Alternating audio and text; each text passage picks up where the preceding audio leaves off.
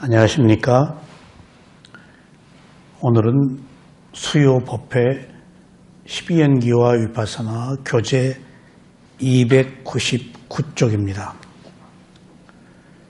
지난 시간부터 오 내 일어남과 사라짐을 아는 것이 열반이다.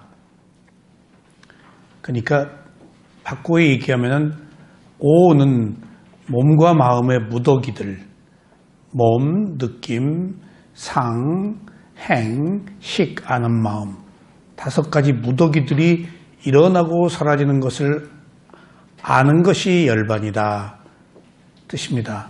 그러니까 그 몸과 마음이 항상 같지 않고 매 순간 일어나고 사라지는 것을 알면 무상고무아의 지혜가 나서 지고의 행복인 열반에 이르게 된다. 이때의 열반은 몸을 가지고 체험하는 열반과 몸이 끝나는 열반 2가지가 있습니다. 몸을 가지고 체험하는 열반을 유여의 열반이라고 해서 계속 탐진치 번뇌가 소멸한 상태가 올 때마다 의식이 끊어진 상태, 그러니까 살아서 체험하는 열반입니다. 일단 열반을 한번 체험하면은 성자의 단계에 올라가서 수다원의 도가를 성취해서 7생 이내에 윤회가 끊어집니다. 그리고 다음 단계에 사다함의 열반을 체험하면은 한 생 더 인간으로 와서 아라한이 되어서 윤회가 끝납니다. 그 다음에 아나가미가 되면은 3단계에 천상의 청거천에 태어나서 거기서 인간으로 태어나지 않고 거기서 윤회가 끝나서 열반을 합니다. 마지막 4번째 단계인 아라한의 도가를 성취하면 아라한의 열반에 이르면은 윤회가 완전히 끝나서 태어나는 원인이 사라져서 태어남이 없는 최고의 행복을 누립니다. 이걸 열반이라고 합니다. 그러니까 이 열반은 최고의 가치라서 그것을 지혜로 체험하지 않으면은 두려움을 느끼기 쉽고 또 이해하기 어렵습니다. 태어나지 않는다는 것은 공포입니다. 그래서 열반 이야기는 잘 안 합니다. 그런데 시작부터 끝까지가 오직 불교는 열반을 위한 겁니다. 최종적 목표가 열반이에요. 그 이야기는 태어남이란 온갖 괴로움의 시작이기 때문에 다시 태어나지 않으면은 괴로울 일이 없어서 해탈의 자유라고 합니다. 그래서 몸과 마음이 일어나고 사라지는 무상을 느끼면은 그 뒤에 괴로움이라는 지혜의 단계와 무아의 지혜가 단계에 와서 집착이 끊어져서 태어날 원인이 사라져서 태어나지 않는 열반에 이른다는 의미입니다. 자, 오늘은 부처님께서 위파산 수행을 말씀하실 때 내가 경험한 것이므로 누구나 경험할 수 있는 것이라고 하셨습니다. 저희는 붓다에 대해서 지극한 공경심과 위대한 가르침에 삼가 경배를 올립니다. 근데 부처님은 신이 아니에요. 우리와 똑같은 인간이에요. 똑같은 부처님도 병으로 돌아가셨어요. 그러니까 부처의 열반, 돌아가신 것은 다시 태어남이 없는 열반이라서 그걸 파리니빠나 판열반이라고 그러는데 똑같이 체험하셨어요. 그러면은 붓다가 되기 전에 붓다는 아는 자란 말입니다. 번뇌가 소멸한 자. 붓다는 아는 자란 말이에요. 뭘 알아? 무상고 무아를 아는 자라는 뜻입니다. 그러면은 붓다가 되기 이전에 우리와 똑같은 몸과 마음을 가지고 세속적 견해를 가지고 살 때도 인간이었고 부처가 된 뒤에도 인간이었습니다. 그러니까 부처는 절대 초월적 존재가 아니에요. 우리와 똑같아요. 그럼 부처가 깨달으신 깨달음은 최고의 지혜입니다. 무상고무아는 모든 것들이 변한다. 존재하는 것은 괴로움이다. 나라고 할 만한 자아가 없어서 무하다. 라는 존재하는 것의 특성을 누구도 알기 어렵습니다. 지혜가 나야 알아요. 그러면은 무상고무아를 안 부처가 아는 것이나 아직 무상고무아를 모르는 우리나 다른 게 있을까요? 인간이라는 것에 있어서는 같습니다. 또 한 가지 더 중요한 사실은 붓다가 체험했다고 해서 우리는 체험을 못하지 않습니다. 합니다. 그런데 붓다가 한 체험과 우리가 한 체험은 단지 약간의 차이가 있을 뿐이지 똑같습니다. 여기에 주목해야 합니다. 그러니까 우리가 체험하지 못하는 것을 붓다가 체험한 게 아닙니다. 단지 중요한 사실은 우리는 긴가민가 알았어요. 생각으로 알았어요. 안개 속에서 알았어요. 어둠 속에서 알았어요. 근데 부처는 확연히 밝은 빛에서 대상의 성품을 분명히 보고 알았어요. 그러고 보니까 색다른 것을 깨달은 게 아니고 범부인 우리가 깨닫지 못한 것을 깨닫는 게 아니고 범부가 누구나 깨달을 수 있는 것을 확실히 깨달았다는 것을 알았어요. 그러니까 부처는 특별한 사람이 아니고 우리가 깨닫는 것을, 알 수 있는 것을 구체적으로 확실하게 체험해서 드러내 보인 것이지 우리가 체험하지 못할 것을 체험한 게 아니라는 사실입니다. 예를 들면은 붓다가 체험한 무상고무아에 대해서 우리도 체험합니다.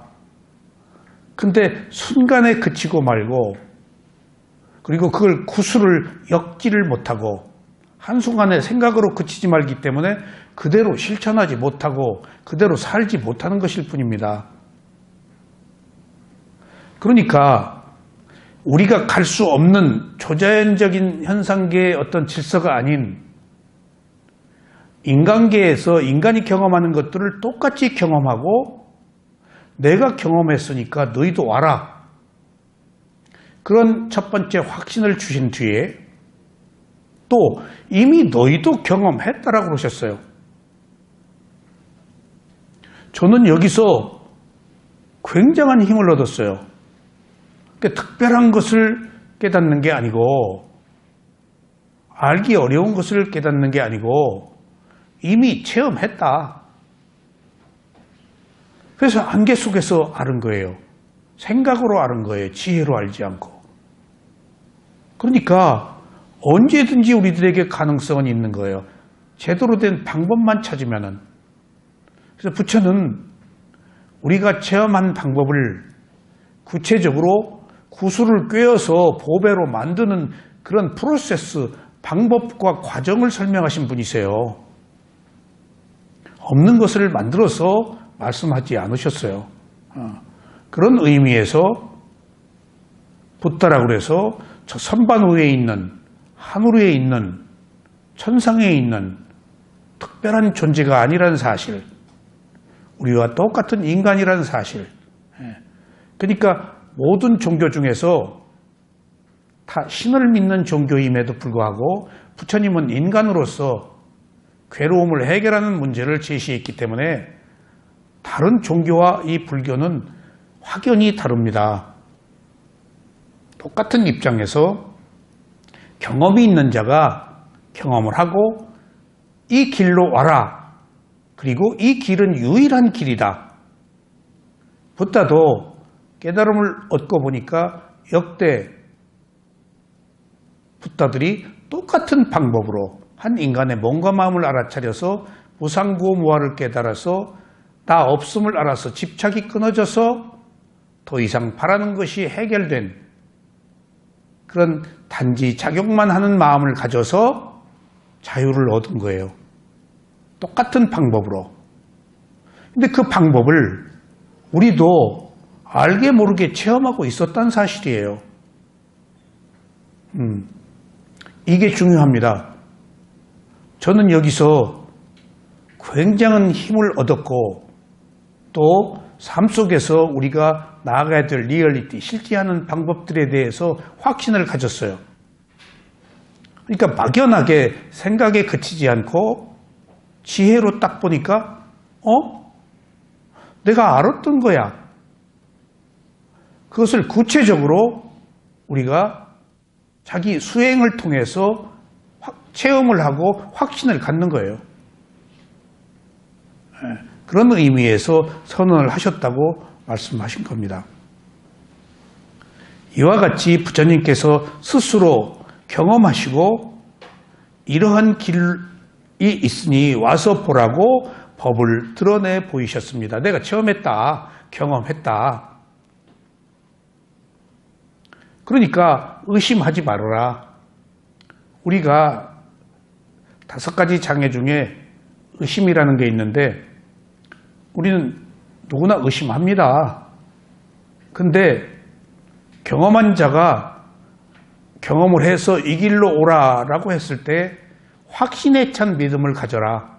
그런데 무조건 믿어라가 아니고 무조건 의심을 버려라가 아니고 네가 돌다리를 두드려 보고 그리고 피안으로 건너 가보고 하나하나 점검을 한 뒤에 확신에 찬 믿음을 가지고 와라. 나는 경험을 했다. 그러니까 이것은 어떤 가상의 세계가 아니고 실제하는 세계, 우리가 갈 수 있는 길, 그런 것들을 드러내 보이신 겁니다. 그러니까 일례를 들어서 자, 천당이 있다? 다른 종교에서도 천당을 얘기를 합니다. 근데 불교 부처님도 존재하는 세계가 31가지가 있는데 천상은 욕계천상과 몸을 가지고 있는 색계천상, 몸이 없는 무색계천상이 있다라고 말씀을 하셨습니다. 그리고 매 천생마다 자세하게 비유를 하셨어요. 천상이 있는 것만은 분명해요. 그런데 추론적인 천상이 아니고 현재 몸과 마음을 가지고 지금 여기서 천상의 삶을 체험하면은 죽어서 그 세계로 가는 그 천상이 있는 거예요. 그러니까 우리가 가보지 않은 천상을 추론적으로 부처님은 말씀한 게 아니고 지금 지금 여기서 내가 욕망이 끊어진 천상을 체험하면은 행복하면은 죽어서 그 세계로 간다고요. 그러니까 불교는 현세적이에요. 내세를 말하지 않습니다.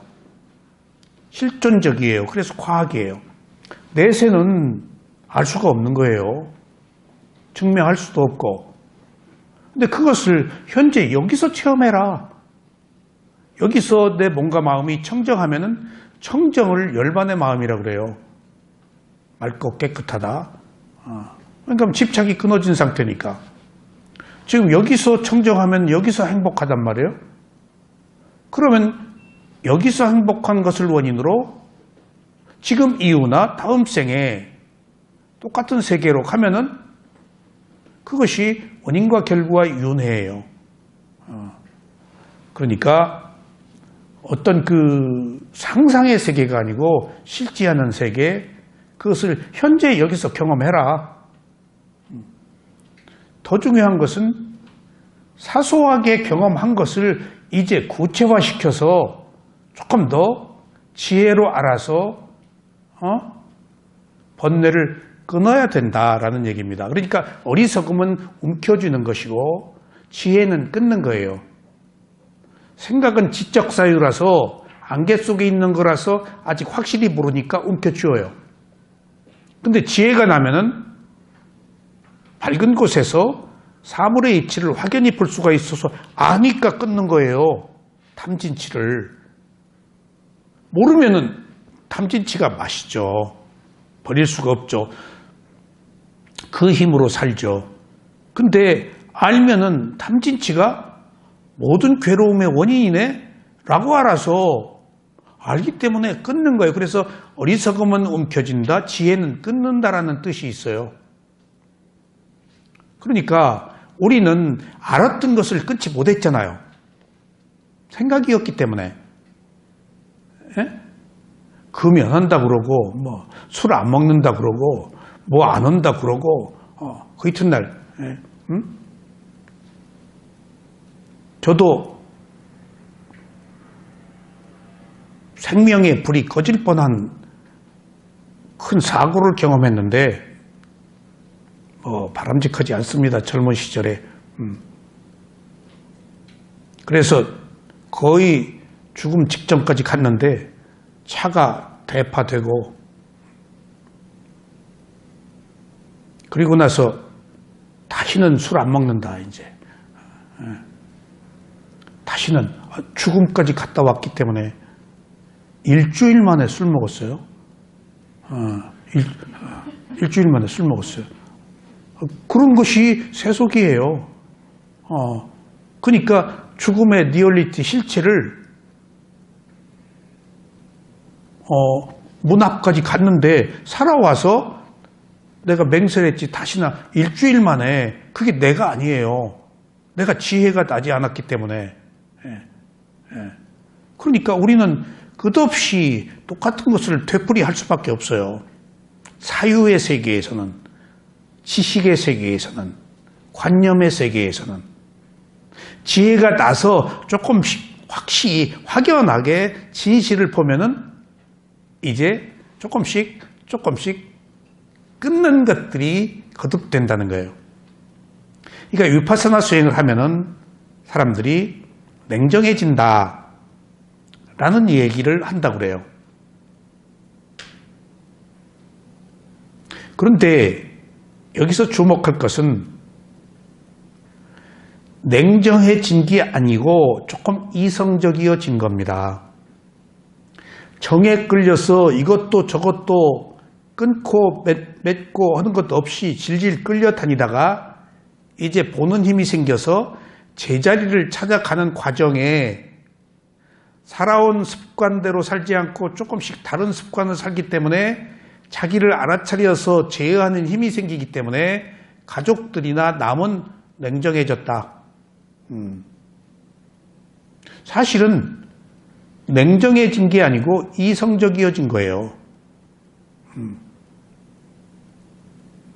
어떤 수행자가 엄마하고 둘이 사는데 이 수행을 한 뒤에 엄마가 굉장히 섭섭하다. 그리고 네가 요새 냉정해졌다. 밥 먹을 때도 먹는 거, 반찬 집는 거 전부 알아차리고 하니까 엄마와 대화가 좀 적어졌을 뿐더러 알아차리고 있으니까 쓸데없는 소리를 하지 않게 된 거예요. 그러니까 엄마가 자꾸 냉정해졌다. 그래서 엄마를 이해시켜라. 지금 내가 냉정해진 게 아니고 이것저것을 헤아리지 못하다가 조금 헤아리는 과정이니까 엄마 냉정해진 게 아니니까 더 따뜻한 마음이 생기니까 엄마 조금 전과 다른 나를 조금 이해해 주세요. 조금만 기다려 주세요. 이성적이어졌다고 해서 감성이 메마른 게 아니에요. 바른 이성은 뜨거운 감성을 더 키워요. 더 연민의 정을 갖고 남을 동정하고 남의 잘된 것을 함께 기뻐하고 하기 때문에 그런 것들은 숨겨져 있어요. 그러니까 우리가 위파사나 수행을 하면은 전에 없이 살던 방법이 아닌 새로운 삶을 살기 때문에 이제 조금 선별하는 힘이 생겨서 조금 이성적이어진 것처럼 보일 수 있어요. 근데 그것은 매우 좋은 전조입니다. 사실은 미얀마에서 수행을 할 때 모든 사람이 다 좋은 건 아닙니다. 그리고 알아차려서 다 좋아하고 싫어하는 것을 떠날 수는 없습니다. 아직 완성된 수행자가 아니기 때문에. 그러면은 자, 사람이 싫어서 산속으로 들어가면 절이겠죠. 제가 그런 적이 있었는데 사람이 싫어서 그런 때가 있잖아요. 사람이 싫어서 절에 갔는데 거기도 함께 사는 사람이 싫은 사람이 있는데 여기서는 안 보면 되지만 거기서는 안 볼 수가 없어서 더 미치겠더라고요. 예. 그러니까 수행처에서도 수행하는 중에 갈등이 생기고 호흡 불호가 생기고 옳고 그름이 생길 수밖에 없잖아요. 모여 사는데. 그러면 저쪽에서 걸어올 때 만나기 싫고 말하기 싫고 보기 싫은 사람이 건너와요. 그럼 마주조하잖아요. 그러면은 알아차리지 않고 걷다가도 그 사람이 딱 오면은 탁 시선을 서너 앞에 두고 오른발 왼발 가지고 워킹 메디트 경행을 하는 것처럼 정중하게.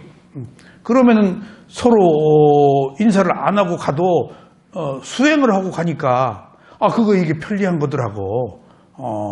괜히 조금 그런 사람하고 웃을 수도 없고 그렇다고 외면할 수도 없고 이거 알아차림 좋은 거네. 그러니까 그런 경우에 서로 알아차리고 있으면 오해 없어요. 같은 구두자끼리. 예.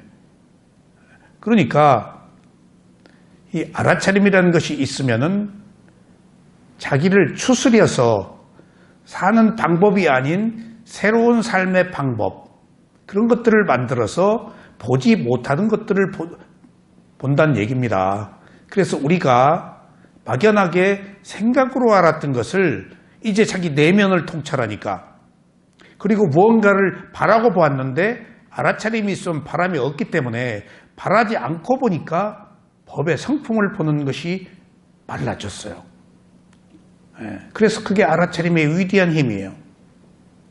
그래서 부처님께서는 확실히 이 내가 경험했으니까 확신에 찬 믿음을 가지고 이 길로 와라 라고 말씀하신 겁니다. 거기에 우리가 주목해야 돼요. 그러니까 우리가 특별한 것을 아는 게 아니고 알았던 것을 구체화시키는 거예요. 우리가 다 알았어요. 여러분들, 저는 부처님의 이 말씀에 제가 특별하게 여기 이 책에다가 그것을 강조했는데, 저는 이 말에 얼마나 힘을 받았고 누구에게나 똑같은 가능성이 있다는 것. 그리고 부처의 마음은 부처는 우리와 다른 마음을 가졌는데 우리는 작용하는 마음을 가졌지만 부처님은 작용하지 않는 마음을, 단지 작용만 하는 마음을 가졌어요. 우리는 반작용의 마음이 가졌다고요. 좋아하고 싫어했다고요. 언더독이 있었다고요. 근데 부처님은 안팎이 똑같아요. 그냥 단지 작용만 하는 마음 가졌어요. 그러니까 똑같이 체험하는 것을 우리는 선입관을 가지고 보기 때문에 성품을 못 보는데, 부처님은 안팎이 다르게 옳다 그르다 하지 않고 고정관념 선입관 없이 보았기 때문에 법을 보신 거예요. 똑같은 걸 보았는데 보는 방법에 따라서 다를 뿐이지 결코 색다른 것을 얻는 것은 아니다. 누구나 깨달음에 이를 수 있다. 오히려 교육받은 사람이, 지적 사유가 많은 사람이, 사회적 신분, 경제적 지위를 얻은 사람, 오히려 더 위험할 수 있어요. 내가 누구라는 암환심 때문에. 이것은 지위나 학벌, 미모, 미추, 연령 아무 상관이 없어요. 모든 인간에게 개방되어 있어요. 그래서 미얀마에서 수르릉사야두다 누구다 아라한이 되신 예를 들어보면 미얀마어를 모르는 사람 목동이 아라한이 됐어요. 단순하게 접근한 거예요. 내가 누구라는 생각 없이. 중국에서도 5조 홍인 6조 해능이 그를 모르는 사람이었어요. 응무소주 이생기심 금강경 그 규절 듣고 5조 홍인 6조 해능이 됐는데 그러니까 그런 것들을 여기서 역사적인 여러 가지 사례들을 이루어 보면은 이게 특별한 지위와 신분, 학문이 필요한 게 아니다. 선업의 공덕이 필요하더라고요. 제가 보니까. 선업의 공덕이 깨달음을 얻게 하더라고요. 그래서 우리가 가고 있는 이 길은 상상의 길이 아니고 누구나 체험할 수 있는 그런 길입니다. 그래서 그것이 12연기와 위파사나 수행입니다. 12연기와 위파사나를 자꾸 말씀드리는 것은 앞에서 12연기의 원인과 결과를 반드시 알아야 돼요. 원인과 결과를 모르면 의심해요. 원인과 결과를 알면 사물의 이치를 알아요. 여러분들 원인과 결과라는 것을 알아서 콩 심은데 콩 난다는 것을 확신하면은 의심이 없어져요. 의심이 없는 상태에서 이 구도의 길을 갈 수가 있어요. 의심하면 안 돼요. 의심하면은. 그런데 여기서 말하는 확신에 찬 믿음, 의심하지 않는 이것은 원인과 결과라는 것을 아는 확신에 찬 믿음이지 무조건 믿는 맹목적 믿음하고는 달라요. 원인과 결과가 있으면 확신에 찬 믿음이에요. 근데 원인과 결과를 모르면 맹목적 믿음이에요. 그래서 불교의 믿음이 다른 종교의 믿음과 다른 것은 앞에서 원인과 결과가 있기 때문이에요. 그럴만해서 그런 거예요. 모든 것들은 그럴만해서 그랬어요. 그러니까 원인에 의해서 생긴 결과야. 그러면은 더 중요한 사실은 원인이 없으면 결과가 없다고요. 나의 괴로움은 괴로울 만한 원인이 있어서 생긴 결과예요.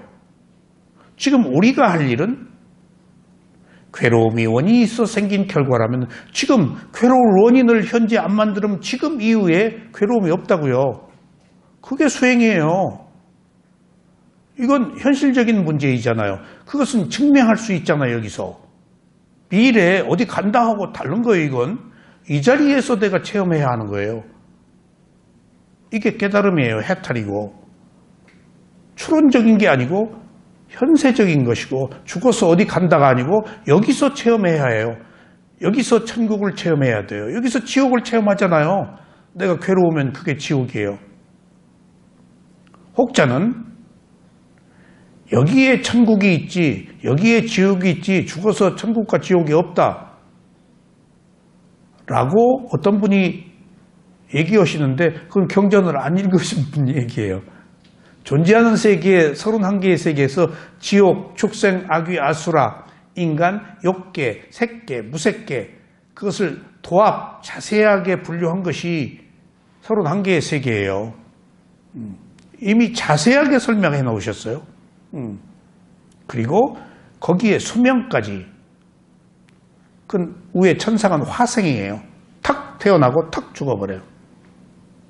그러니까 그런 생명이 존재하는 모든 세계를 총망라해서 이미 누진통으로 모든 것을 보실 줄 알기 때문에 실제 천국이 있어요. 근데 그 천국을 여기서 체험하는 사람이 간다는 얘기죠. 여기서 지옥을 체험하는 사람이 지옥으로 간다는 얘기죠. 그건 현실적이잖아요. 그건 믿을만한 거라고요. 그래서 지금 현재 자기 자신의 몸과 마음을 알아차리는 것은 현세, 지금 여기서 내가 괴로움에서 벗어나서 행복을 찾으면 그 행복이 현재에도 행복하고 지금 이후도 행복하고 죽어서도 행복한 곳으로 가고 완전한 깨달음을 태어날 원인이 사라져서 태어남이 없고 그런 것들이 불교의 세계관입니다. 이제 우리는 자신이 직접 경험해 볼 수 있는 그 길을 따라가는 것입니다. 그래서 위파사나 수행을 한다는 것은 역시 오온에 관한 것을 대상으로 합니다. 몸과 마음을 가지고 살면서 생긴 인간은 모든 해답이 몸과 마음 안에 있어요. 자, 누구를 막 비난해, 험구를 늘어놔. 그런 사람은 다음 생에 얼굴이 나빠요. 누구를 비난해, 그러면 내가 비난을 받아요. 살생을 해, 그러면 단명해요. 생명을 죽였기 때문에. 어느 경우에 배우자 중에 한 사람이 일찍 죽어요. 내가 살생한 동물이 어떤 부부관계, 암수의 관계를 내가 죽여서 끊었잖아요. 그럼 내 가족이, 내 부부가 그 영향을 받아요. 원인에 의한 결과라는 것은 사물의 이치예요. 이것을 부정하면 안 돼요. 근데 우리는 누진통이 없기 때문에 수없이 얽힌 업을 볼 수가 없어서 부처님의 가르침을 통해서 조금 구체적으로 이해할 뿐이지 실제로 확신은 못 갖는다고요. 근데 부처님은 수많은 생애 동안에 그 사람들이 어떻게 살아와서 현재 어떻게 치고받고 죽이고 다음에 또 죽이고 어떻게 부부로 만나고 자식으로 만나고 그렇게 얽혀있는 이런 것들을 다 보시고 그것이 괴로움이고 다 생긴 대로 받는다는 사실을 알아서 그 업에 개입할 수가 없어요. 누구도. 지가 한 대로 받으니까. 그래서 새로운 원인을 만들어서 좋은 결과를 만드는 것밖에 달리 방법이 없구나 하는 것을 아시고 그 길을 가신 겁니다. 그리고 이 길로 오라고 하셨습니다. 그래서 꼭 12연기가 들어가야 돼요. 역대 모든 부처가 똑같이 먼저 12연기를 깨달았어요. 그리고 위파사나로 부상고부화를 알았어요. 이것은 12연기와 사념처, 고진멸도, 사성제 이런 것들이 다 위파사나 수행을 뜻합니다. 그래서 위파사나 수행은 몸과 마음을 알아차린 수행이에요. 몸과 마음이 아닌 건 가상이에요. 지금 귀신 알아차릴 거예요? 지금 괴로움이 누구 거예요? 여기 있잖아요. 행복이 누구 거예요? 여기 지금 있잖아요. 그래서 자신의 몸과 마음을 보는 수행이 위파사나예요. 여지껏 부처 이전에는 몸과 마음을 본 적이 없어요. 누구도. 한 인간의 몸과 마음의 중요성. 밖에서 다 구했죠. 부모한테, 왕한테, 가족한테, 이웃한테, 거기서 다 구했죠. 도모했죠. 그게 무슨 의미가 있어? 누가 뭘 줘요? 나의 괴로움을 누가 어떻게 해결해 줘요? 스스로 자기 욕망을 절제하고 사물의 이치를 보아서 청정한 마음을 가질 때 우리가 행복을 얻을 수 있죠. 그러니까 몸과 마음이라는 것을 부처가 찾아낸 거예요. 12연기의 그 윤회를 통해서 한 인간이 12가지 조건에 의해서 태어나고 죽는 과정이 보니까 한 인간의 몸과 마음의 문제야. 몸과 마음을 떠나 있었네, 여지껏. 몸과 마음으로 돌아왔어. 그 느낌을 보니까 무상하고 괴롭고 무아야. 그러니까 이제 집착이 끊어진 거예요. 자기 자신의 몸과 마음이 아닌 곳에서는 무상고 무아를 보면 안 돼요. 왜? 낙엽 떨어지는 거, 부모 돌아가시는 거, 누가 슬픈 비탄에 빠진 걸 통해서 무상고 무아를 알아요? 절대 그것은 사유예요. 무아, 마지막에 나 없음을 알아야 되는데 내 몸과 마음을 보아야 나 없음이에요. 근데 밖에 있는 낙엽 떨어지는 거, 눈 내리는 거, 누구 가족이 슬픔에 빠진 거, 누가 위기에 처해 있고 비탄에 빠진 거, 그것은 밖에 나갔잖아요. 밖에 나간 것을 내가 볼 때에는 내가 보잖아요. 내가 없어야 되는데 내가 보니까 그것은 지혜가 아니에요. 관념이에요. 무아를 못 봐요. 내 몸과 마음을 봐야 무아를 봐요. 그래서 몸과 마음이 아니면은 위파사나가 아니면 깨달음을 얻지 못한다라는 이유가 거기 있어요. 상좌불교 수행자들은 위파사나가 아니면 깨달음을 얻지 못한다는 부처님의 가르침이 얼마나 진실하고 그럴 수밖에 없는 것인데도 이것을 모르는 사람은 독단적 교리 도구마로 알아요. 저것들은 저만 최고라고 하네. 그게 아니에요. 그게 아니에요. 지금 나의 괴로움과 나의 즐거움은 다 내 몸과 마음으로부터 비롯된 것이기 때문에 그 답을 다른 데서 찾으려고 하면 안 돼요. 그래서 호흡에 뭐 있어요? 오른발 왼발에 뭐 있어요? 먼저 호흡으로 와서 자기 몸과 마음으로 와서 그 마음을 길들이는 거예요. 밖으로 나가서 사유에 빠져서 온갖 옳고 그름을 판단해서 시비비를 가리고 다니는 그 마음을 끝없이 방황하는, 끝없이 욕하는, 끝없이 헤매는 그 마음을 호흡에 붙여서 조금 고요하게 해놓고 몸과 마음의 존재의 특성이 무언가를 지금 보려고 하는 겁니다. 호흡에 뭐가 있어서 보는 게 아니라 몸에 볼 게 뭐가 있어요? 호흡밖에 없어요. 볼 게 없어서 호흡 보는 거예요. 뭔가는 봐야 되지. 살아있는 동안에는 호흡이 있으니까. 그런 의미에서 수행자들의 주 대상이 호흡일 뿐이지 호흡 그 자체에 큰 의미가 있는 것은 아닙니다. 대상으로서 가장 확실하고 항상 있는 것이기 때문에 알아차리는 거예요.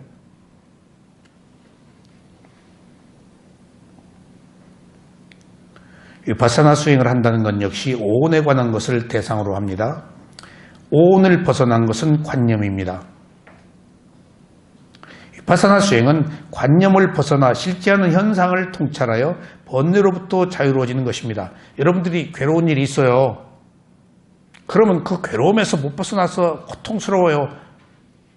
간단해요. 괴로워하고 있는 현재의 마음을 보세요. 간단해요. 그 순간 괴로움에 처해 있는 헐떡거리는 호흡을 보세요. 괴로움이라는 것은 내가 만드는 원인에 의한 결과인데 관념이에요. 괴로움을 지금 받았는데 우리가 괴로움을 받아들이나요? 내가 만드는 건데 안 받아들이잖아요. 억울하다 그러고 괴로움을 피하고 면피하려고 그러고 그래서 또 다른 감각적 욕망으로 괴로움을 해결하려고 그러죠. 그건 답이 아니에요. 그것들이 만드는 원인에 의한 결과가 있기 때문에 근본적으로 그것을 해결해야지. 그러니까 생각과 지혜의 차이가 이렇게 현격한 거예요. 생각은 천년만년 가도 생각이에요. 지금 우리가 생각하면서 살아왔어요. 지식을 가지고 살아왔어요. 내가 변했나요? 그 생각이 조금 연그러가지고 내가 사람 됐나요? 하던 습관을 과감히 버릴 수 있었나요? 여러분들 아실 거예요. 저도 제 잘못된 성향, 습관 이런 것을 바꾸려고 부단히 노력했어요. 정말 나름대로 장단점이 있잖아요. 제가 잘못 느낀 거. 근데 그럴 때마다 자신을 학대하고 그것을 극복할 수 없는 저에 대해서 비하하고 그러니까 옳은 것도 부정하는 상태가 돼버려요. 이제 안 되니까 화를 내고. 이거 다 제가 해본 거예요. 그러다가 내린 결론이 생긴 대로 살자. 농담 아니에요. 성질대로 살자. 습관 못 바꿔요. 바꿀 수 없는 축적된 성향을 바꾸려고 하는 것이 욕망이에요. 그냥 놔두고 안 좋은 것도 있지만 좋은 것도 있다고요. 안 좋은 것은 조금 더 알아차려서 제어하는 힘을 키우고 좋은 것은 또 알아차려서 더 키우고. 어제 오늘에 생긴 처가 아니더라고요. 근데 내가 이상으로 삼는 어떤 표상이 있잖아요. 누군가 스승의 모습, 어떤 그 청형 보고 그대로 따라서 하려고 그러는데 지금 안 돼. 그러니까 막 학대하고 소리를 지르고 뒹굴고 막 제가 그런 과정들이 있어요. 머리를 부딪히고 막 잘 안 되니까. 그래서 그것이 부처님이 말씀하신 극단적 고행을 하지 말라는 거예요. 극단적 고행은 지성을 나약하게 하고 또 한편으로 감각적 욕망을 취하지 말아라. 도덕적인 것들을 퇴보시키니까. 그것들이 중도인데 내가 위파사나 수행을 하면서 중도에 귀하게 된 것이 성질을 못 바꾸겠더라. 그냥 알아차리자. 라고 내 허물, 내 모습에 대해서 이의를 제기하지 않으니까 자유를 얻어서 편해졌어요. 어제 오늘의 문제잖아요. 갖지 못한 사람은 열등의식이 있어가지고 더 과장하고 더 드러내고 말을 더 많이 하고 다 이유 있어요. 그거 이해해 줘야 돼요. 어떤 정형이라는 것은 없어요. 얼마나 오랫동안 살아온 축적된 성향인데. 그런데 제가 7년 만에 밖에 못 나오는 세인 예인이라고, 그러니까 여기로 말하면 무문관회를 들어갈 때 7년 만에 다시 두 번째로 들어갈 때 한 7년 수행하니까 별로 확연히 바뀌는 것도 없고 조금 실증나더라고요. 그런 때가 있잖아요. 그래서 경전 공부나 좀 하자 하고 아비담마 책을 가지고 이제 거기 들어갔는데, 거기서 놀라운 것을 또 발견했어요. 바꿀 수 없는 것을 바꾸지 말라고 부처님이 말씀하셨어요. 비극이에요. 바꿀 수 없는 것을 바꾸려고 하는 게. 그냥 놓고 봐야 돼요. 안 바뀌어요. 바꿀 수 있으면 괜찮아요. 근데 안 바뀌어. 어제 오늘의 문제가 아니잖아. 거기서부터 비극이 싹 터요. 그리고 막 스스로 포기해버리고 악을 쓰고 그냥 놔둬요. 있는 그대로 알아차린다는 것이 얼마나 위대한 건가.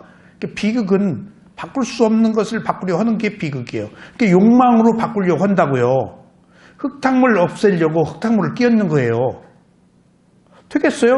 흙탕물 없애려면 맑은 물을 끼얹어야지. 근데 우리가 무엇을 없애려고 욕망으로 하는 것이 욕망이 흙탕물이라니까. 그냥 있는 그대로 놓고 보는 것이 맑은 물이에요.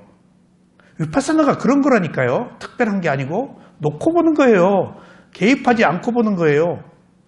누구를 볼 때 미워. 에이, 저게 그지같이 미워 죽겠네. 그때 이미 내가 반응했잖아. 업을 쌓았잖아. 그때 자기 몸과 마음으로 돌아오니 내가 미워하고 있네? 그러면 밖으로 나간 대상이 내 몸과 마음으로 와버린다고요. 누가 무슨 일 하더라도 그것을 아는 마음으로 돌아오라고요. 누가 나를 고통을 주어도 그것 때문에 헐떡거리는데 호흡으로 돌아오면 상대가 없어지잖아요. 탑이 몸과 마음에 있다고요. 그런데 그 몸과 마음을 우리는 못 봐요. 정말. 저도 한참 있다가 막 씩씩거리고 화 났다가 얼른 호흡으로 돌아와요. 부처님은 그냥 여일하게 모든 것들을 있는 그대로 보시는 분이라서 안 넘어가지만은 넘어갔다가 처음에는 3일, 4일 만에 돌아오는데, 수행이라는 것이 조금씩 이제 하다가 보면은 얼마나 빨리 돌아오느냐가 구도자의 자세예요. 얼마나 안 넘어가기도 어려워요. 넘어갔다가 화냈다가 미워했다가 얼마나 그랬네? 라고 돌아오는 게. 그래서 집중 수행을 한다. 이런 모임에 모여서 계속해서 알아차린 얘기를 듣고 도반들 얘기를 듣고 하면은 넘어갔다가 빨리 와요. 저도 무슨 일이 있으면 넘어갔어요. 화내고 욕심 부리고 집착하고. 그러다가 얼른 우리 스승은 이때 어떻게 해야지? 스승은 알아차리지. 어이고 내가 넘어갔네. 화를 냈네. 연기를 회전시켰네. 윤회했네. 순간의 윤회예요. 일생의 윤회와 순간의 윤회가 있어요. 순간순간이 한 일생이 되는 거예요. 죽어서 특별한 게 아니에요. 가던 것들이 반전된 마지막 단계이지 똑같은 것들이 가요. 순간의 윤회가 일생의 윤회예요. 태어나서 죽는 것만 다음 생에만 윤회가 아닙니다. 지금 이 순간 느낌이 있을 때 좋아하고 싫어하면 연기가 회전한 거예요. 여러분들이 수행을 할 때 호흡을 봐요. 그때 좋아하고 싫어하지 않았잖아요. 그 순간 연기가 회전하지 않아요. 윤회가 그 순간 끝난 거예요. 죽을 때에도 아무런 미련이 없이 바라는 게 없으면 죽을 때 윤회가 끝나서 아라한이 되어서 다시 태어남이 없어요. 그것을 현재 체험하는 것이 수행이다고요. 나중 얘기가 아니고 나중에 뭐가 올지 알아요. 나중에 그런 의미에서 매우 현세적이고 사실적이고 과학적인 겁니다. 이건 여기서 증명할 수 있어야 돼. 담마, 법은 여기서 증명할 수 있어요. 이것이라고 내놓을 수 있어야 돼요. 아셨죠? 그게 수행의 실천적 체험이에요. 이게 가상이 없어요. 여기는. 그러니까 믿을 만한 거예요. 여기서 관념은 오온을 벗어난 것, 몸과 마음을 벗어난 것은 다 사유이기 때문에 몸과 마음으로 올 때만 리얼리티, 실제다. 그래서 관념을 파라마타 담마라고 그래서 오온을 말해요. 그 다음에 빠ඤ්ඤ띠, 아니요, 관념을 빠ඤ්ඤ띠라고 그래요. 가상의 것, 생각으로 만드는 것. 근데 파라마타, 실제 하는 것, 오온을 파라마타라고 그래요. 그건 궁극의 실제라고 그래요. 가장 고귀한 진리예요. 정말 여러분들, 저는 파라마타 담마라고 그래서 궁극의 실제, 최고의 진실, 최승리법, 온갖 좋은 것들은 파라마타 담마에 다 붙여놨어요. 궁극의 실제, 최승리법, 최상의 진리 뭐 다 갖다 붙여놨어요. 파라마타 담마. 그래서 이거 잡았다. 위파사나에 대한 그 기록이 없습니다. 별로. 아주 없어요. 위파사나 수행자들이 많지 않고, 그게 사념처인데, 사념처가 위파사나 수행인데, 그 외에는 구체적인 어떤 다른 것들이 그렇게 많지 않아요. 그러니까, 그 위파사나 수행을 하면서 더 좋은 거 뭐, 확 깨는 거, 그냥 팍 터지는 거, 그런 것들이 있을 줄 알고, 방황하는데, 이제 언어의 문제 때문에 미얀마에서 수행만 하지 교학도 할 수도 없고, 스승과 인터뷰가 한계가 있고, 그러다가 파라마타 담마라는 것을 미얀마의 담마짜리야 법사 스님이 한국에 와서, 미얀마 스님이 오셔서 파라마타 담마 법문을 하는데 제가 CD를 구했어요. 비구니 절에다가 하신 CD를. 그러니까 그걸 딱 CD를 구하고 집에 가면서 막 흥분이 되고 가슴이 설레고, 내가 완전 이제 잡았다. 그냥 이제 오늘 난 알아한 된다. 최고 궁극의 실체를, 법문을 이제 내가 손에 넣었으니까 아무리 들어도 그거 없는 거야. 맨 몸과 마음 얘기야. 온 이게 뭐야. 몸과 마음 없는 게 지금. 그러니까 그것을 다 잊고 들어도 개운치가 않아. 그냥 확철 대오하는 뭘 터질 줄 알았더니 몸과 마음이란 얘기야. 이게 아닌데, 실제 몸과 마음밖에 없는데 몸과 마음을 하찮게 생각했어요. 그리고 몸과 마음을 보는 것에 대한 중요성을 몰랐어요. 누가 이렇게 얘기를 안 해주니까 그냥 호흡 보라 그러지, 호흡이 왜 중요한가, 오른발 왼발 보지 몸을 보는 게 왜 중요한가, 그렇게 누가 다 말해주나요? 그런 얘기 잘 안 해줘요. 언어의 문제도 있고. 그러니까 나중에 조금씩 수행을 하면서 몸과 마음밖에 없구나. 특별한 것을 찾았던 내가 문제가 있는 거예요. 지금 아까 제가 모두에 말씀드렸죠. 부처님은 자기 자신의 몸과 마음을 알아차리고 우리가 체험한 것을 자기도 체험했다. 똑같은 길이니까 확신에 찬 믿음을 가지고 이 길로 와라. 라고 이미 말씀을 하셨는데 특별한 게 있는 줄 알았다고요. 확 그냥 화들짝 깨닫는. 제가 7년 수행하고 한국에 돌아올 때 우리 쇠오민 사야도한테 인터뷰를 할 때 여기서 마음 보는 수행을 해서 매우 유익했습니다. 정말 감사드립니다. 그랬더니 헐끔 보시더라고요. 안 쳐다보시고 딱 알아차리고 계신데, 그러더니 이제 먼저 기쁘게 해드렸어요. 그리고 이제 비밀의 문을 열으려고. 그런데 마음 보는 수행을 제가 여기서 3년간 했는데, 제가 딴 데서 4년간 몸 보는 수행을 할 때는 집중이 좀 됐는데, 여기 와서 마음 보는 수행을 하는데 과거와 다른 조금 집중이 안 됩니다. 그리고 몸 볼 때는 확실한 집중이 됐는데 비물질인 마음을 볼 때는 약간 이렇게 이렇게 떠 있었어요. 확연하게 보았다. 물질 자체가 비물질이기 때문에 어쩔 수 없는데. 그리고 나서 이제 다시 배울지 안 배울지 모르지. 그때 87세에 만나서 90세 인터뷰를 제가 했는데 편찮으실 때는 친견을 못하고 조금 나으면 가서 인터뷰하고 본문 듣고, 근데 마지막이다라는 생각을 했어요. 제가 그때 마지막이었어요. 어떻게 하면 집중을 하나요? 스승이 뭐라고 그랬는가 하면, 너 뭐로 집중하려고 하느냐? 저기서 깜짝 놀랐어요. 뭐가 방맹이로 뭐가 번개가 뻥 뛰듯이, 이거구나. 집중이 최고인데, 집중이 되어야 지혜를 얻는데, 집중이 안 되면 집중이 안 되는지 알지, 뭐로 집중하는 비밀을, 비밀이 없다니까. 몸과 마음을 보는 게 비밀이야. 다른 데 있지 않다니까. 여기 지금 알아차리는 게 비밀이야. 내 단계적 수준으로 내 상태에서 내가 이해하는 것이지, 없던 것을 누가 말한다고 화들짝? 그건 관념이야. 내게 아니야. 지식이지. 학문은 남의 얘기 듣고 그대로 따라서 하는 거예요. 외워서. 자기가 체험한 거 아니에요.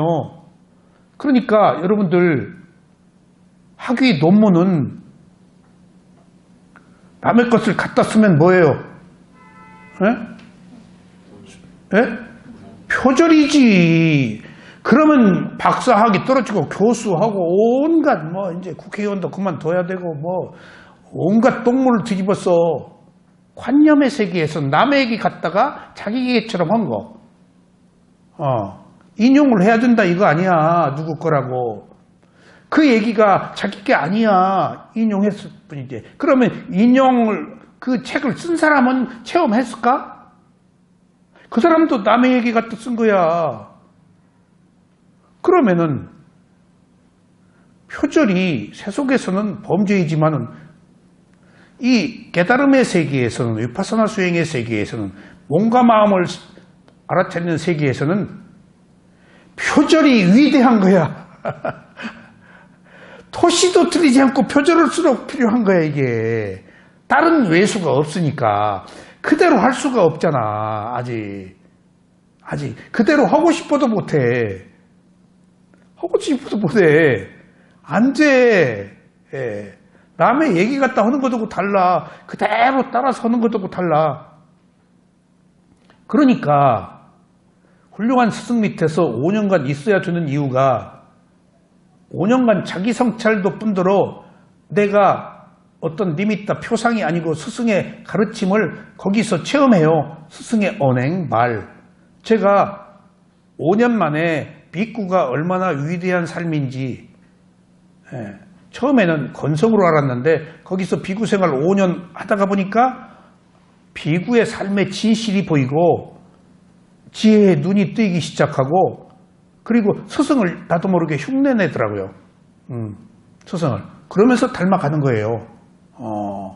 그러니까 어떤 이해할 수 없는 문제도 나는 옳다고 그러는데 스승은 그러다 그러고, 나는 그러다 그러는데 스승은 바르다 그러고, 그러니까 스승의 가치관과 내가 가치관이 다르구나. 나는 깨달음을 얻은 자들의 세계가 아닌 그것을 단계적으로 밟아가는 세계라서 내 수준이지만은 스승은 붓다의 수준으로 이해하기 때문에 자꾸 그것을 바꿔줘요. 그러니까 나도 모르게 스승의 흉내를 낸다고.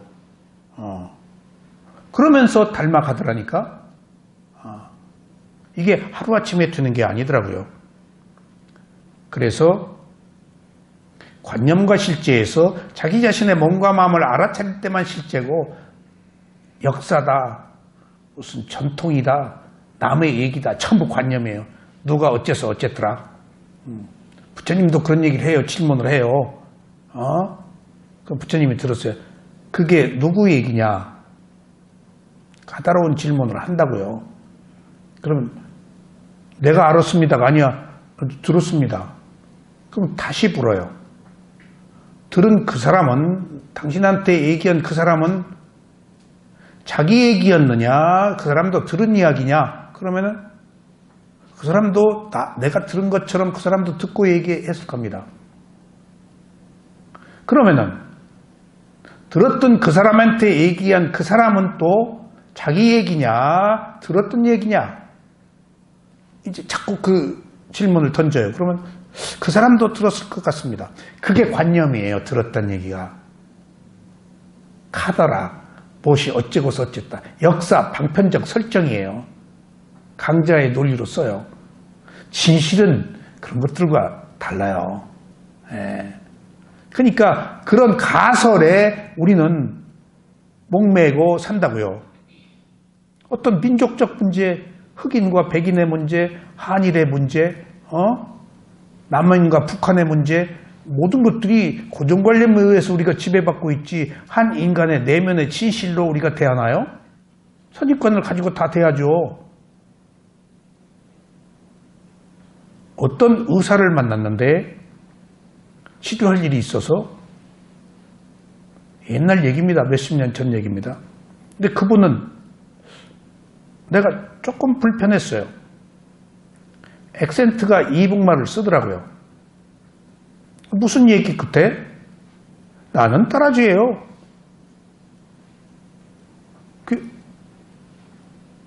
따라지가 뭡니까? 내래 이북에서 왔수다?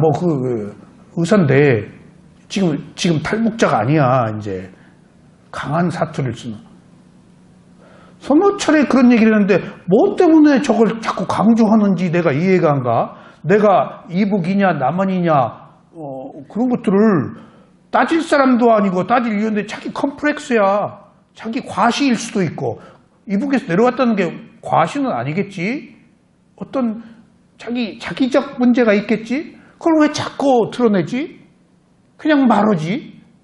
내가 누구라고?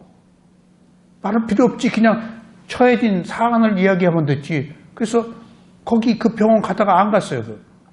불필요한 선입관을 가지고 자꾸 불필요한 데 신경을 쓰고 해. 그러니까 그 사람이 얘기하는 게 믿음이 안 가.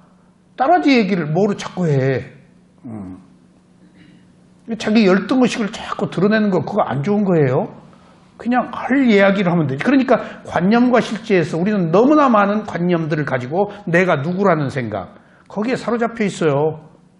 그것은 있는 그대로의 진실을 보지 못해요. 그냥 필요해서 말하라고요. 할 얘기라서 하라고요. 남이 어떻게 듣든지 상관없어요. 물론 예의를 지켜야 되겠죠. 하지만은 내가 할 얘기하면 되지. 그것을 각색할 필요도 없고. 그러니까 우리는 그런 것들이 온갖 언어의 유의로 표현하기 때문에 가식이 되고 진실과 멀어진 상태에서 살기 때문에 늘 허전하다고요. 중요한 것은 그런 삶을 살면 허전해요. 안에 채워지지가 않아요. 근데 자기 몸을 알아차리고 오른발 왼발을 알아차리면 단 한순간이라도 내면과 소통하기 때문에 뭔가 한 것 같아요. 그 순간 마음이 딴짓을 안 했으니까. 실체를 봤으니까. 어떤 관념의 지배를 받지 않았으니까. 오롯이 진실과 다 있으니까. 한순간이라도 여기 자기 내면을 알아차려서 진실과 다 있는 시간을 갖기 위해서 온 거예요. 그 힘을 키워서 이제 여기가 아닌 다른 곳에서도 자기 몸과 마음을 봐고 그런 외부적 현상에 휩쓸리지 않고 자기 내면을 통찰해서 고요함을 얻는 거예요. 지금 중요한 것은 행복이에요. 고요함. 우리는 너무나 많은 불필요한 일들에 연루되고 관심을 가지고 자기 행복을 방기하고 있어요. 빼앗기고 있어요. 파괴하고 있어요. 내가. 그것이 재밌어서 어리석어서 그런 막 누구 욕하고 그런 불편부당한 거 즐기는 것이 재밌어요. 그거 내가 불행을 스스로 만드는 거죠. 내가 행복을 파괴하고 그거 지금 행복과 불행이 있어서 여기서 우리가 얘기하는 것은 불행 찾지 말고 행복을 스스로 만들자는 얘기예요. 그래서 비파사나 수행은 관념으로부터 벗어나 실제하는 현상을 통찰하여 번뇌로부터 자유로워지는 것입니다. 아무리 괴로워도 괴로움이 있네? 아무리 미워도 미워하고 있네? 라면 분리가 된다는 얘기예요. 분리예요, 분리. 위는 분리, 다르다. 객관적으로 보다. 근데 우린 주관적으로 보잖아요. 항상 내가 있으니까. 그러니까 얼른 그것을 보는 내 마음을 본다든가 그것을 경험하는데 호흡을 본다든가 해서 밖에 대상을 없애버려야 돼요. 내 몸으로 와버려야 돼요. 대상에 그놈 왼수를 생각할 때마다 어떻게 가만둬. 어떻게 참어. 못 참어. 그러니까 얼른 내 호흡으로 와야 된다니까. 그걸 어떻게 참어. 내가 뭐 부처야? 내가 공자, 맹자야. 공자, 맹자도 아마 못 참았을 거예요. 그러기 위해서는 오늘 대상으로 알아차려서 그 자체가 번뇌인지를 알아야 합니다. 자꾸 몸과 마음이 왜 중요한가? 몸과 마음을 알아차려야 되는 이유를 여기 설명하는 겁니다. 그래서 부처님께서는 오온의 더러움을 알아차리라는 부정관을 하도록 말씀하셨습니다. 여기서 부정관이 나오는데 이 부정관은 사마타 수행입니다. 부처님의 가르침은 사념처입니다. 몸, 느낌, 마음, 법. 이 사념처 안에 사마타 수행과 위파사나 수행이 있습니다. 사마타 수행은 대상과 하나가 되는 수행, 이 아나빠나사티, 들숨과 날숨은 사마타입니다. 그 외에 몸의 느낌, 다른 많은 알아차릴 대상들은 위파사나예요. 코에서 보는 사마타 아나빠나도 니미타 표상으로 들숨과 날숨을 알아차리면 대상과 하나가 되어서 근본 집중을 해서 고요함을 얻지만은 같은 호흡도 들어갈 때 차가운 바람, 나올 때 따뜻한 바람, 호흡의 질감, 호흡의 장단, 바람의 팽창과 수축, 호흡의 강약, 그런 것들을 알아차리면 위파사나입니다. 같은 것을. 그러니까 사념처 안에서도 사마타 수행은 표상을 알아차려서 대상과 하나가 되어서 선정의 고요함을 얻고, 위파사나는 대상을 분리해서 지켜봐가지고 느낌을 봐가지고 대상과 하나가 되지 않고 대상을 분리해서 봐서 번뇌를 억누르지 않고 번뇌를 말립니다. 번뇌를 억누르면 반발력이 생기지만은, 그래서 사마타 수행을 하는 것은 눈에 불을 켜고 폭발해버려 나중에 잘 안 돼. 무서워요. 막 싸움도 하고 그래요. 근데 위파사나는 그럴 게 없어요. 안 되네? 그러고 있네? 싸우려고 하고 있네? 그래서 위파사나는 번뇌를 말려요. 번뇌가 증발하면은 이제 청정한 마음이 생기겠죠? 그렇다고 해서 사마타를 폄하하기 위해서 드리는 말씀이 아니고 방법이 그렇다. 그래서 우선 급하면 사마타라도 해서 눌러야지.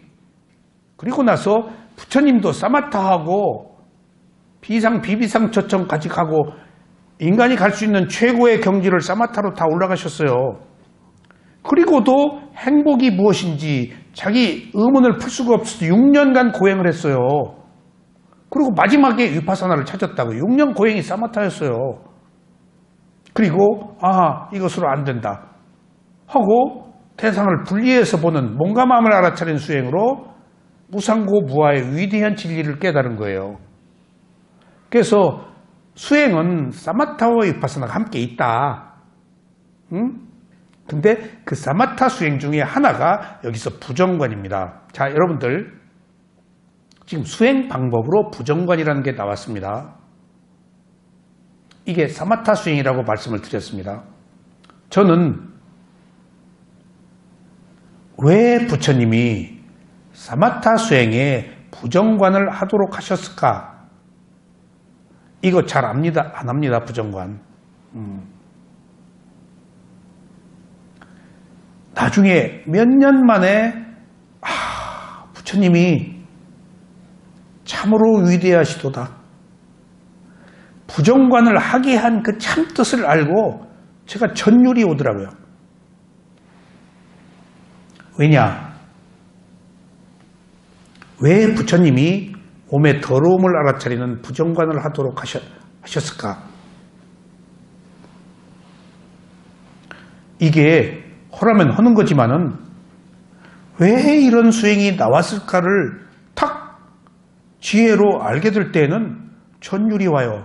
자, 몸과 마음의 혐오스러움, 더러움을 보라고 하신 부처님의 참뜻을 이해하고 그것을 좀 깊이 하고 전 싫어했어요. 전 사마타 수행을 안 하고 순수 위파사나 수행을 해서 처음부터 사마타 아닌 위파사나로 시작을 했지만은, 자, 여러분들, 얼마나 오랫동안 우리는 자기 자신의 몸과 마음을 집착하며 살아왔어요. 내 몸과 마음은 그냥 문전 옥탑이에요. 이건 보석이고 황금이고 내 생명이고 이건 놓칠 수 없는 거예요. 그냥 쌍꺼풀 수술도 하고 뭣도 하고 코도 높이고 피부 마사지도 하고 우리가 있는 한 모든 힘을 다해서 자기 몸을 치장하고 보석 붙이고 좋은 반지 차고 향수 뿌리고 그 마음은 피폐해져 간다고요. 호황되어 가고. 우리가 몸과 마음을 얼마나 집착하며 살아왔어요. 근데 몸과 마음을 여일 수가 없다고요. 몸과 마음을 여이는 것이 열반인데 몸과 마음을 여일 수가 없기 때문에 얼마나 오랫동안 집착을 떨어지지 않으니까 도저히 뗄래야 뗄 수 없으니까 몸의 더러움을 보라 그러셨구나. 안 떨어지니까. 그리고 나서 아하, 부정관을 하는 것을 제가 몸과 마음을 집착한 우리들의 성품 때문에 부정관까지 하게 하셨구나 하는 것들을 이해했어요. 이 안에 백골관이 있고 뼈를 하는 게 있고 그 사마타 수행에도 시체를 관하는 수행이 있어요. 거기 다 방법이 있어요. 승량이 짐승이 있고 도둑도 이제 내다 버리니까 없는 사람들은 장작으로 불태지 않고 갖다 버린다고요. 거기 버린 옷 주워 입으셨어요. 6년 동안. 그래서 그것을 분소이라고 그래요. 누더기. 누더기. 버린 거 부처님이 주워 입고 수행했다고요. 그러니까 거기 갈 때 시체를 관한 수행할 때 혼자 가지 마라. 왜냐하면 사나운 짐승, 그 다음에 사고가 나니까. 그리고 시체가 썩어가는 과정을 쭉 하네요. 그리고 몇 미터 거리를 떨어져라. 그리고 혼자 갈 경우에는 얘기를 하고 가라. 그리고 같이 가라. 몇 미터 떨어지라. 그리고 바람이 불어오는 방향이 아니고 바람을 등지고, 그러니까 시체를 관할 때 시체 쪽에서 이쪽으로 바람이 불어오는 것이 아닌 바람을 등지고 하면 시체 냄새가 여기 안 오니까 자세하게 쓰여 있어요. 그래가지고 나중에 백골이 되고 그런 여러 시체들이 많을 테니까 썩어가고 구덕이 생기고 왜 다 집착을 끊는 거예요. 제가 만달레이 동굴사원에 갔더니 거기 뼈가 있더라고요. 그래서 앉아서 그 강원인데 동굴 속으로 데려가더니 뼈 놓고 거기에 이제 그래서 앉아서 백골관을 좀 했죠. 백골을 보고 뼈 여기 머리부터 이제 사람 뼈가 있더라고 그대로. 그리고 나서 조금 색다른 제가 체험을 했습니다. 여기서 말하는 이 부정관, 사마타 수행의 부정관이 무엇인지 오늘 이 얘기를 잘 안 하는데 304쪽 제가 주회를 달았습니다. 더러움을 보라, 깨끗이 않음을 보라. 근데 여기서 재밌는 게 있어요. 여러분들 상락아정이라는 얘기 들어보셨을 거예요. 예. 원래 부처님의 가르침은 항상한다 아니고 무상하다. 즐거움이 아니고 괴로움이다. 내가 없고 무하다. 깨끗하다가 아니고 부정하다. 더러움이다. 혐오를 느껴라. 그래서 이쪽 한국 불교에서는 마하야나 대성에서는 상락아정이라고 그러는데 이건 힌두교에서 나온 겁니다. 불교하고는 180도 달라요. 지금 여기서는 그러고 있어요. 근데 불교는 무상고부화의 부정이에요. 정. 오늘 그 상락아정의 정이 아니고 부정이 뭔가 한번 보시자고요. 부정과는 몸에 대하여 싫어하는 마음을 일으키도록 몸을 성찰하는 수행입니다. 몸에 32가지 부문이 있는데 원래 부정관을 하면서 몸에 32가지를 부처님이 뭐 장간막, 뭐 뼈, 고름 뭐 다 해놨어요. 머리카락, 뭐 그 골수 이런 걸 32가지 부문인데 이것에 대해서 혐오감을 일으키도록 그들의 부정함을 알아차리는 수행입니다. 대념 적용의 기록에 다음과 같습니다. 비구들이여 비구는 발바닥에서부터 위로 머리 끝에서부터 아래로 피부와 여러 가지 불순물질로 둘러싸인 이 몸에 대해서 성찰한다. 몸에는 다음과 같은 것이 있다. 머리카락, 몸의 털, 손, 발톱, 이빨, 피부 5가지. 이게 앞으로 뒤로 이게 한 방법이 있어요. 앞으로 뒤로 머리카락, 몸의 털, 손톱, 발톱, 이빨, 피부 계속해요. 그 다음에 피부, 이빨, 발톱, 손의 털, 머리카락. 이게 다 방법이 있어요. 굉장히 시간 많이 걸려요. 부정관은 스승한테 배워서 해야 돼요. 그 다음에 5가지. 살, 힘줄, 뼈, 골수, 신장. 그 다음에 심장, 간장, 늑막, 비장, 폐. 5가지. 그 다음에 창자, 가래, 소화 안 된 음식물, 배설물, 뇌 5가지. 담즙, 가래, 고름, 피, 땀, 피계 6가지. 눈물, 임파, 침, 콧물, 관절액, 오줌 6가지. 이게 32가지예요. 이것을 일정한 방법으로 앞에서 뒤로 몇 개씩 묶어서 그렇게 계속 해요. 이게 시간이 좀 걸려요. 이상의 것들을 앞에서 뒤로 5일간, 뒤에서 앞으로 5일간, 앞에서 뒤로, 뒤에서 앞으로 5일간씩 계속 독송합니다. 이 외에도 여러 가지 형태의 순서로 독송하는 방법이 있는데 이렇게 독송을 하면서 몸에 대한 혐오감을 알아차립니다. 이는 몸에 대한 환상을 깨고 몸에 대한 혐오감을 통해 가래를 일으키지 않고 집착을 끊기 위한 사마타 수행입니다. 그러니까 보세요. 위파사나 수행에서도 사마타는 몸과 마음을 다 외워서 혐오감을 느끼게 하는데 위파사나 수행에도 7청정과 16단계에서 혐오의 지혜의 단계가 있어요. 그때 수행이 다 포기해요. 한거해요. 부정적인 생각이 막 떠올라요. 그런데 바르게 수행을 하는 사람들은 굉장히 중요해. 혐오의 지혜의 단계가. 바르게 수행을 하는 사람들은 이제 수행이 착착착 올라가요. 굉장히 높은 단계에서 혐오의 지혜가 생겨요. 몸과 마음에 대해서 더러움과 혐오, 극도로 기피하는 마음이 생겨요. 그때 스승이 있어야 돼요. 그때 수행을 포기하고 반대급부로 나갈 위험도 있어요. 올라갈수록 위험해요. 왜 올라갈수록 위험하죠, 수행이? 지혜가 생길수록 도저히 이해할 수 없는 현상들이 나타나요. 어떻게 저 사람이 저럴 수 있어? 여러분들, 일례를 들어서 신부, 목사, 스님, 수녀님, 누구 수녀님들은 사회적으로 조금 드러난 바가 좀 적대.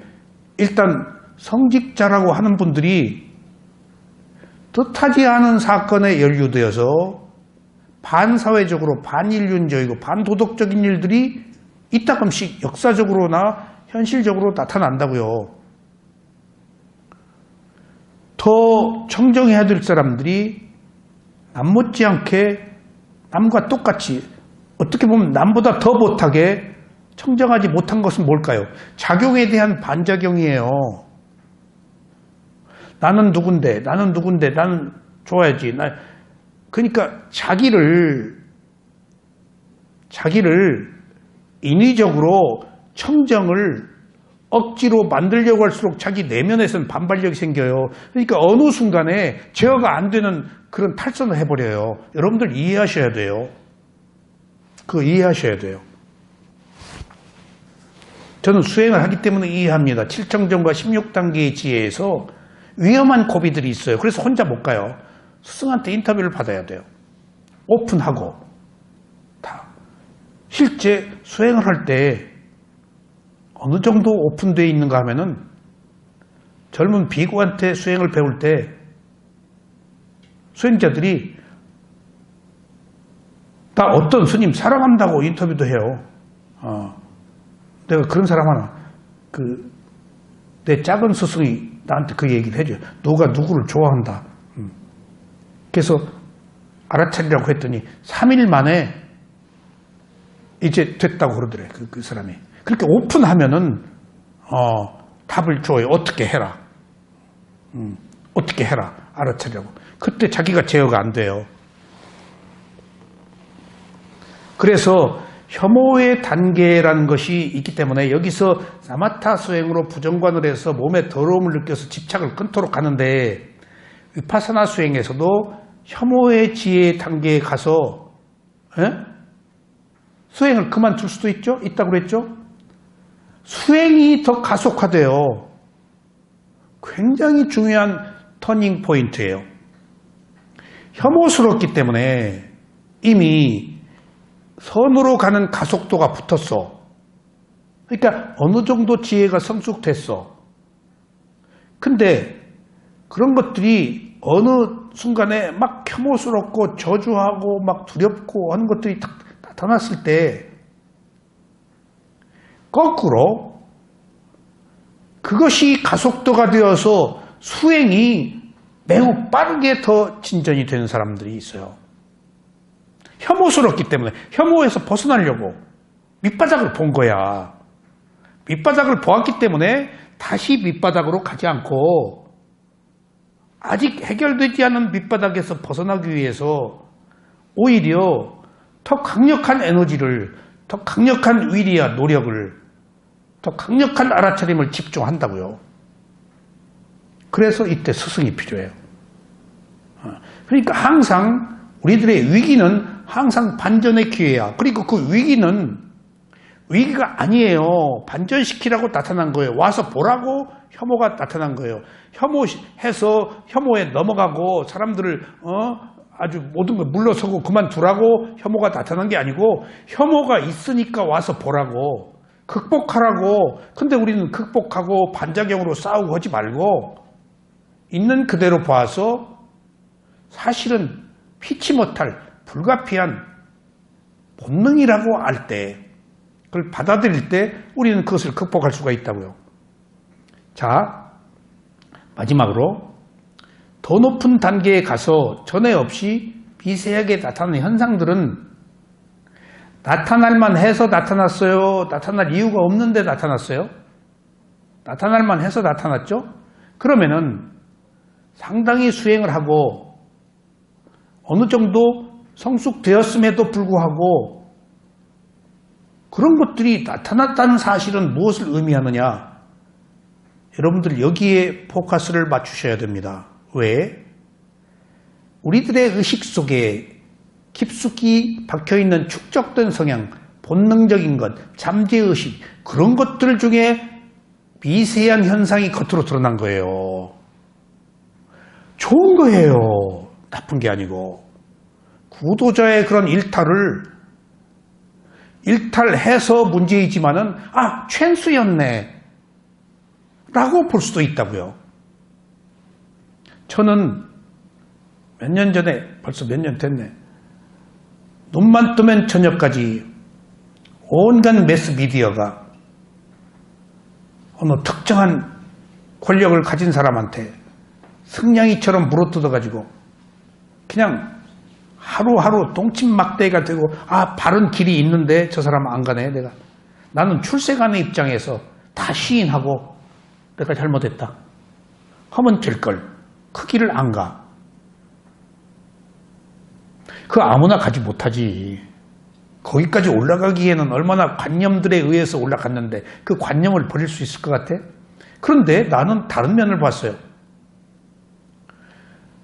남보다 더 위험에 처하고 남보다 더 비참하고 남보다 더 나락으로 떨어질 수 있는 저 상태일 때 저 사람은 더 큰 깨달음을 얻을 수 있는데 그것들이 무의미함을 알 텐데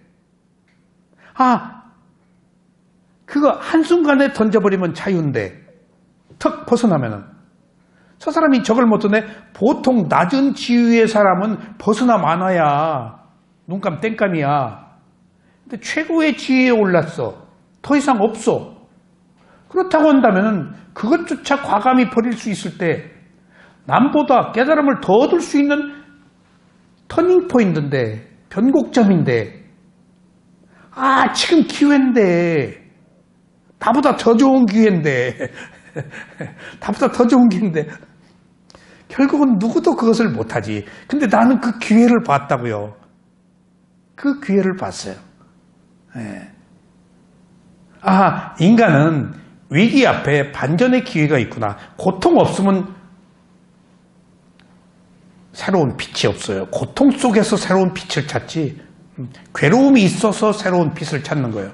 그러니까 우리들에게 온 고통은 와서 보라고 길이 그것이 아닌 길이 있다고 나타나는 그게 남마법이에요. 법은 왜 나타났어? 와서 보라고. 근데 우리가 와서 안 본다니까 모면하려고. 근데 위파사는 보는 거에 와서 개입하지 않고 그런 애라고. 이게 깨달음의 세계예요. 그러니까 어느 상황이든지 그것 자체를 보고 그런 애라고 내려놓으면 자아가 없기 때문에 나의 고통, 나의 명예, 나의 권위가 없어져 버려요. 한 인간의 진실한 모습으로 가면 모든 사람들이 오히려 귀해요. 종교 교주 될 수도 있어요. 오히려. 얼마나 위대해요. 탁 까버리고. 근데 그걸 못하지. 가속도 때문에. 이제 이런 그 혐오의 세계까지 가지를 못한 거야. 거기서는. 지혜로 가가지고 혐오로 갔을 때는 과감히 떨쳐버릴 수가 있어. 근데 지혜로 가지 않고 지혜 성숙 과정이 아니었기 때문에 못 버리는 거야. 그걸 혐오로 못 보는 거야. 두려움으로 보지. 그러니까 바꾸어 얘기하면은 누구에게나 결정적인 문제들이 드러났을 때는 잠재의식 속에 깊은 것들이 드러났기 때문에 오히려 기회다라고 보셔야 돼요. 그러니까 그 대상을 보는 시각을 이제 바꾸셔야 돼요. 참다 못 참아서 한마디씩 나오는 거예요. 처음부터 안 나와요. 그 기회다고요. 지금 참다 못 참아서 한번 욱 하는 것이 또 참아야 돼요. 그거 알아차려야 돼요. 거기서 파토 낼 게 아니고 알아차려서 반전시켜야 돼요. 항상 모든 것은 와서 보라고 나타났어요. 반전의 기회로 삼아야 돼요. 그러니까 혐오의 지혜도 혐오를 느껴서 혐오부터 벗어나서 찬란한 밝은 세계로 가는 것이 혐오가 토양이 되는 것과 혐오 때문에 물러서서 나락으로 떨어지는 것의 차이는 우리 스스로 선택입니다. 누구도 그것을 결정하지 못해요. 그래서 혼자 힘으로 가지 못하니까 이런 부처님의 가르침을 통해서 스승과의 인터뷰를 통해서 우리가 이 길로 가야 됩니다. 자, 다음 시간에